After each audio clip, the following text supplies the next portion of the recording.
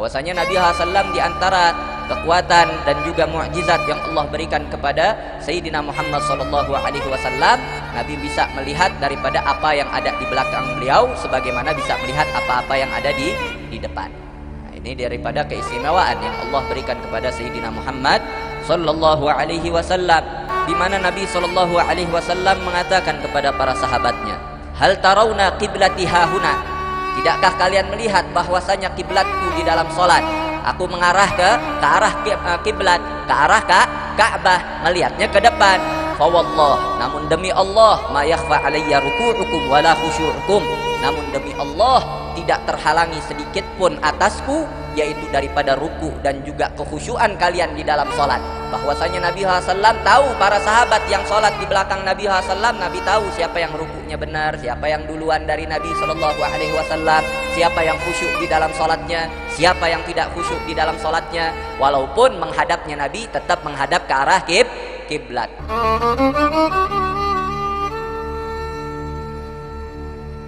قال المصنف رحمه الله تعالى ونفعنا به وبعلومه وعلوم مشايخنا في الدارين آمين رضي الله تعالى عنهم وعنا بهم إلى أن قال وصلنا إلى فصل الثاني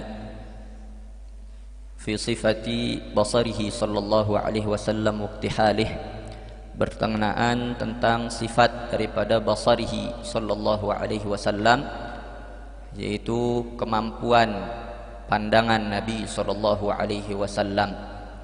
Karena al-basar huwa quwwah muda'ah fil 'ain, dikatakan oleh Syekh Abdullah Al-Lahji, al-basar huwa quwwah muda'ah fil 'ain, itu suatu kekuatan yang Allah berikan pada mata untuk bisa memandang, kemampuan penglihatan. Hadza ma yusamma bil basar.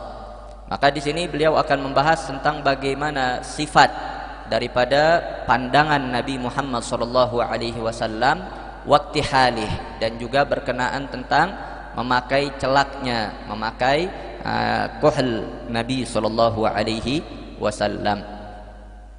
Hadis yang pertama yang beliau riwayatkan dari Sayyidina Abdullah ibn Abbas radhiyallahu taala anhuma, sebagaimana diriwayatkan di dalam kitab Al-Mawahib Ladunniyah, diriwayatkan bahwasanya kana Rasulullah sallallahu alaihi wasallam yara bil laili fi dhulmah kama yara bin nahari fi dhaw, bahwasanya Rasulullah sallallahu alaihi wasallam itu melihat pada malam hari dalam waktu malam hari yang sedang gelap, karena malam kalau lagi ada bulan ya enggak gelap. Ini dalam malam hari yang begitu gelap gulita sekalipun, maka Nabi SAW melihat kama yara bin nahar fi dhaw, sebagaimana Nabi melihat pada waktu siang hari yang sedang cahayanya begitu terang. Maksudnya Nabi SAW dalam keadaan mata normal melihat sedang gelap, namun bagi Nabi SAW tetap terlihat terang.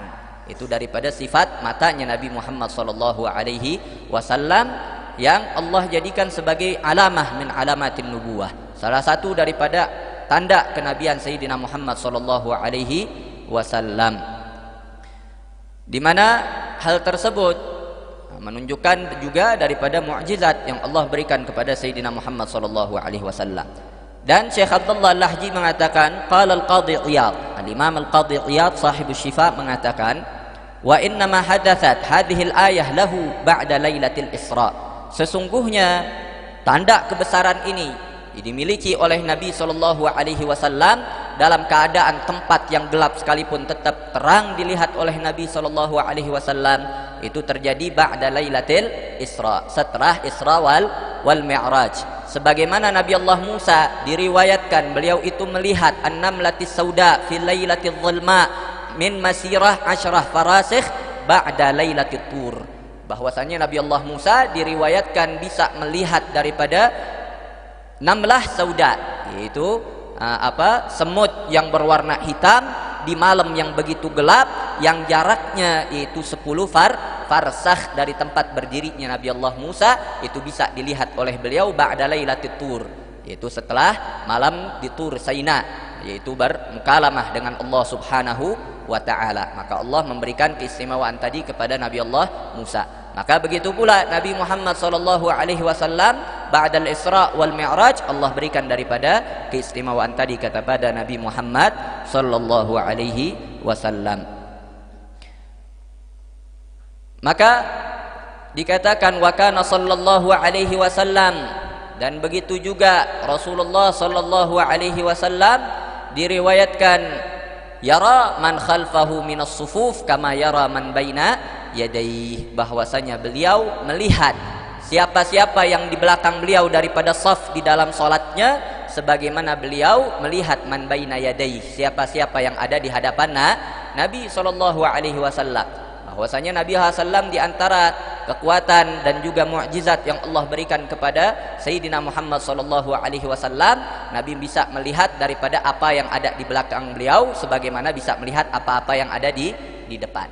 Nah, ini daripada keistimewaan yang Allah berikan kepada Sayyidina Muhammad sallallahu alaihi wasallam, di mana hal tersebut juga didukung ini hadis dengan hadis-hadis lainnya yang diriwayatkan di dalam Sahih Al-Bukhari dan juga Sahih Muslim. Di antaranya diriwayatkan oleh Sayyidina Abi Hurairah radhiyallahu taala an dengan lafaz di mana Nabi sallallahu alaihi wasallam mengatakan kepada para sahabatnya, "Hal tarawna qiblati hahuna?" Tidakkah kalian melihat bahwasanya kiblatku di dalam salat? Aku mengarah ke arah kiblat, ke arah Ka'bah, melihatnya ke depan. Fa wallah, namun demi Allah, ma yakhfa alayya ruku'ukum wala khusyu'ukum, namun demi Allah tidak terhalangi sedikit pun atasku, yaitu daripada ruku dan juga kekhusyuan kalian di dalam salat. Bahwasanya Nabi SAW tahu para sahabat yang salat di belakang Nabi SAW, Nabi tahu siapa yang rukunya benar, siapa yang duluan dari Nabi SAW, siapa yang khusyuk di dalam salatnya, siapa yang tidak khusyuk di dalam salatnya. Walaupun menghadapnya Nabi tetap menghadap ke arah kiblat, namun Nabi mengatakan fa wallah, demi Allah, aku tahu akan ruku kalian, bahkan kekhusyuan kalian. Wa inni la arakum min wara'i dhahri, dan sungguhnya aku melihat kalian dari belakang punggungku. Aku melihat, tahu kalian semua. Nah, dan di riwayat lain pula diriwayatkan di dalam Sahih Muslim yang diriwayatkan Sayyidina Anas ibn Malik bahwa Nabi sallallahu alaihi wasallam bersabda, ayyuhan nas inni imamukum fala tasbiquni birruku'i wala bissujud fa inni arakum min amami wa min khalfi. Nah, yaitu diriwayatkan dalam Sahih Muslim, Nabi mengatakan, menyerukan kepada para sahabatnya, wahai segenap manusia, inni imamukum, sesungguhnya aku ini adalah imam kalian. Yaitu dalam konteks hadis ini, yaitu di dalam salat.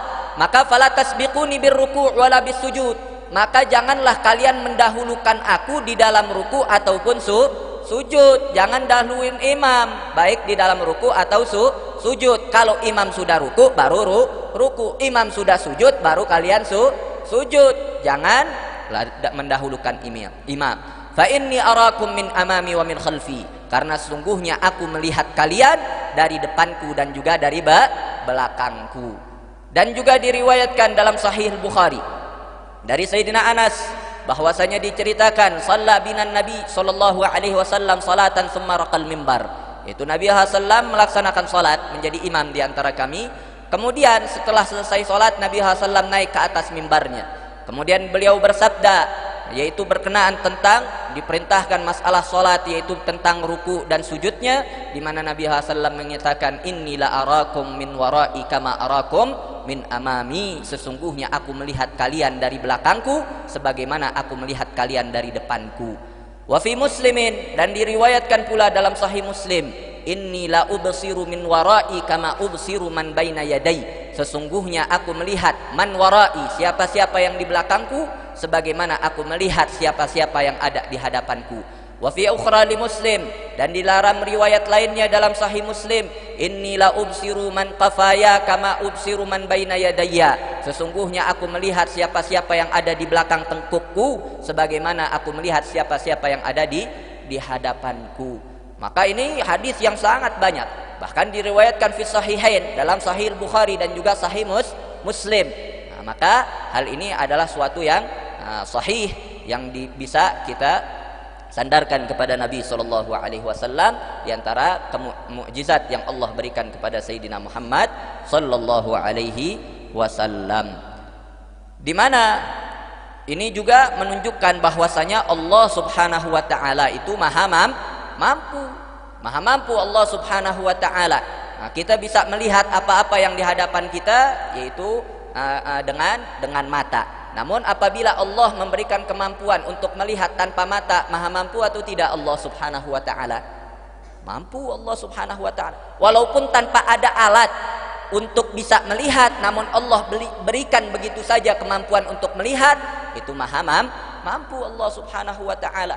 Yang namanya orang bisa ngelihat itu harus ada cahaya. Kalau nggak ada cahaya nggak kelihatan. Namun Allah jadikan walaupun nggak ada cahaya tetap bisa kelihatan. Mampu tidak Allah?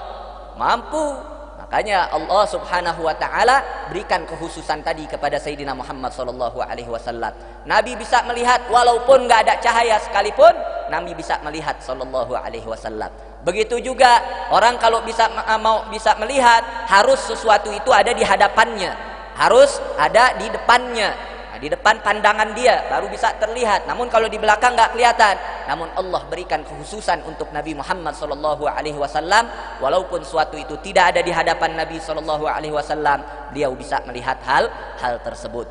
Dan bahkan kalau kita mau melihat itu ya harus dengan mata, adanya bola mata, adanya alat untuk bisa melihat. Namun Allah berikan daripada hal tersebut kepada Nabi SAW walaupun tanpa ada perantara alat, yaitu berupa mata di belakang Nabi, namun Nabi bisa melihat apa-apa yang ada di belakangnya. Ini menunjukkan akan kudratillah, yaitu kemampuan Allah Subhanahu wa taala. Subhanahu wa taala. Nah, maka Allah Subhanahu wa taala yang maha mampu seperti tadi memberikan kemampuan tersebut kepada Nabi, maka Allah Subhanahu wa taala apalagi Allah, maka Allah tidak perlu adanya mata untuk melihat, tidak perlu adanya cahaya untuk bisa Allah Subhanahu wa taala melihat, karena kemampuan tadi saja Allah berikan kepada sosok makhluknya Sayyidina Muhammad sallallahu alaihi wasallam. Apalagi zat Allah Subhanahu wa taala lebih tidak butuh akan adanya mata untuk bisa melihat, adanya cahaya untuk bisa melihat Subhanahu wa taala. Nah, maka selanjutnya wa kana sallallahu alaihi wasallam, dan juga diriwayatkan oleh Al-Imam Al-Qadhi Iyad bahwasanya Rasulullah sallallahu alaihi wasallam yara fi Suraya ahada asyara najma, bahwasanya Nabi sallallahu alaihi wasallam melihat di Suraya, di mana Suraya di dalam catatan kaki di nuskhah yang ini dikatakan Suraya itu musaghar dari sarwah, itu isim tasghir dari sarwah, di mana Suraya atau sarwah itu adalah manzil min manazilil qamar fihi nujum mujtami'ah ju'ilat alamah. Nah, yang namanya Suraya itu adalah tempat-tempat daripada berkumpul daripada manazil qamar, daripada tempat peredarannya bulan, yang mana di sekelilingnya itu terdapat bintang-bintang yang berkumpul, ju'ilat alamah, yaitu yang berkumpul membentuk daripada rasi bintang yang dijadikan sebagai alamah, pertanda. Nah, itu biasanya orang kalau sedang melaut berlayar biasanya daripada rasi bintang tadi yang kemudian dijadikan pertanda untuk tahu daripada arah, untuk tahu daripada posisi. Maka itu yang disebut dengan Suraya, atau diistilahkan sekarang yaitu fi Suraya, yaitu melihat pada langit ahada asyara najman, yaitu sebanyak 11 bintang. Maksud daripada bintang di sini bukan jumlah bintangnya, bukan juga planet. Nah, namun dikatakan oleh Syekh Abdullah Al-Lahji, yaitu arti daripada bintang yang dilihat oleh Nabi Shallallahu Alaihi Wasallam. Kalau dengan istilah zaman sekarang yaitu rasi bintang. Nah, karena yang namanya bintang-bintang yang banyak di langit itu dia biasanya membuat daripada satu susunan tertentu.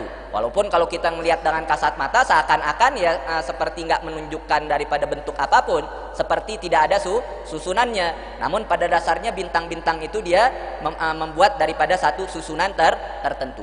Maka Nabi Shallallahu Alaihi Wasallam melihat ke langit, itu melihat daripada bintang itu ada 11 rasi bintang. Nah, maka itu daripada yang dilihat oleh Nabi SAW dengan mata telanjang. Nah, bukan dengan teleskop, bukan dengan yaitu daripada alat-alat zaman sekarang. Nah, di mana adapun zaman sekarang yaitu di dalam astronomi kalau zaman sekarang dikatakan justru rasi bintang itu ada 88 rasi bintang. Namun wallahu a'lam bihaqiqatih. Ala kulli hal, di riwayat sini bahwasanya Nabi SAW melihat ada 11 rasi bintang. Di mana dikatakan wa hukiya, dan dihikayahkan anna Thuraya isna asyar, bahwasanya ada riwayat pula bahwasanya rasi bintang yang dilihat oleh Nabi yaitu ada 12 rasi bintang, sebagaimana yang diyakini oleh orang-orang Yunani kuno. Kalau 12 yaitu sama seperti yang diyakini orang-orang Yunani kuno. Yang rasi bintang itu yang biasanya mereka gabungkan dengan zodiak, atau itu ada Capricorn, ada apa dan lain sebagainya. Maka itu keyakinan orang-orang Yunani kuno. Di mana dikatakan lam yuhaqqiq an-nas minha ghair sitta aw sab'ah. Namun kebanyakan orang itu tidak bisa memastikan daripada adanya rasi bintang tersebut kecuali hanya 6 atau 7.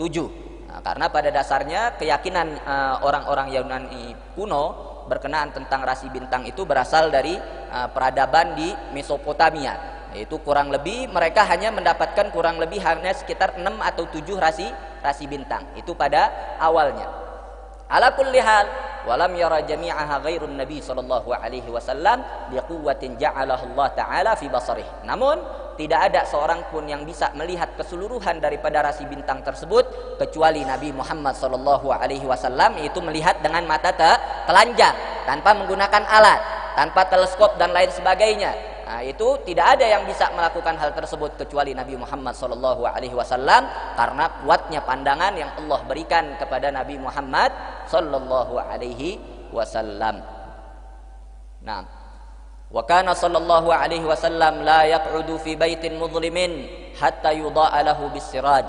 Dan juga kemudian diriwayatkan bahwasanya Nabi sallallahu alaihi wasallam tidaklah beliau duduk di dalam suatu ruangan yang gelap. Jadi Nabi SAW kalau masuk ke dalam satu ruangan gak bakal dibiarkan daripada ruangan itu gelap, dinyalahkan daripada pelitanya. Atau zaman sekarang kalau kita masuk ke dalam ruangan kalau gelap dinyalahkan dulu lampu baru kemudian Nabi SAW duduk. Jadi Nabi SAW gak pernah duduk itu dalam keadaan ruangan yang sedang gelap. Maka pasti Nabi SAW kalau mau duduk di ruangan yang masih gelap, Nabi tunggu sampai ada cahaya, sampai dinyalahkan daripada pelitanya, baru kemudian Nabi SAW duduk. Maka layak ud fi baitin mudlim hatta yudha'a lahu bisiraj, sampai diterangi ruangan tersebut dengan pelita. Yaitu baru kemudian Nabi SAW duduk. Namun Syekh Abdullah Al-Lahji mengatakan walakinnahu kana yutfihi indan naum. Namun walaupun seperti itu Nabi SAW kalau mau tidur beliau matikan daripada pelitanya. Itu diantara adabnya Nabi Muhammad sallallahu alaihi wasallam. Wa fi khabarin rawahu at-Tabarani, dan di dalam hadis yang diriwayatkan oleh Imam at-Tabarani dari Sayyidina Jabir radhiyallahu taala an, beliau meriwayatkan annahu kana yakrahu siraj inda subh, bahwasanya Nabi SAW itu tidak menyukai daripada pelita di waktu subuh. Maksudnya kalau di waktu subuh tidak terlalu suka, yaitu dalam keadaan yang begitu terlalu terang. Maka Nabi SAW suka yang tidak terlalu terang kalau masuk waktu subuh. Jadi kalau lampu pun misalnya ya maka di masjid jangan nyalahin semua ketika waktu subuh. Nyalain sebagian saja yang sekiranya bisa terlihat. Maka itu yang disukai oleh Nabi SAW. Annahu kana yakrahus siraj indas subh. Itu kalau waktu subuh beliau tidak begitu suka daripada adanya siraj. Sallallahu alaihi wasallam. ونواصل إن شاء الله في الحصة القادمة وصلى الله على سيدنا محمد وعلى آله وصحبه وسلم والحمد لله رب العالمين. السلام عليكم ورحمة الله وبركاته.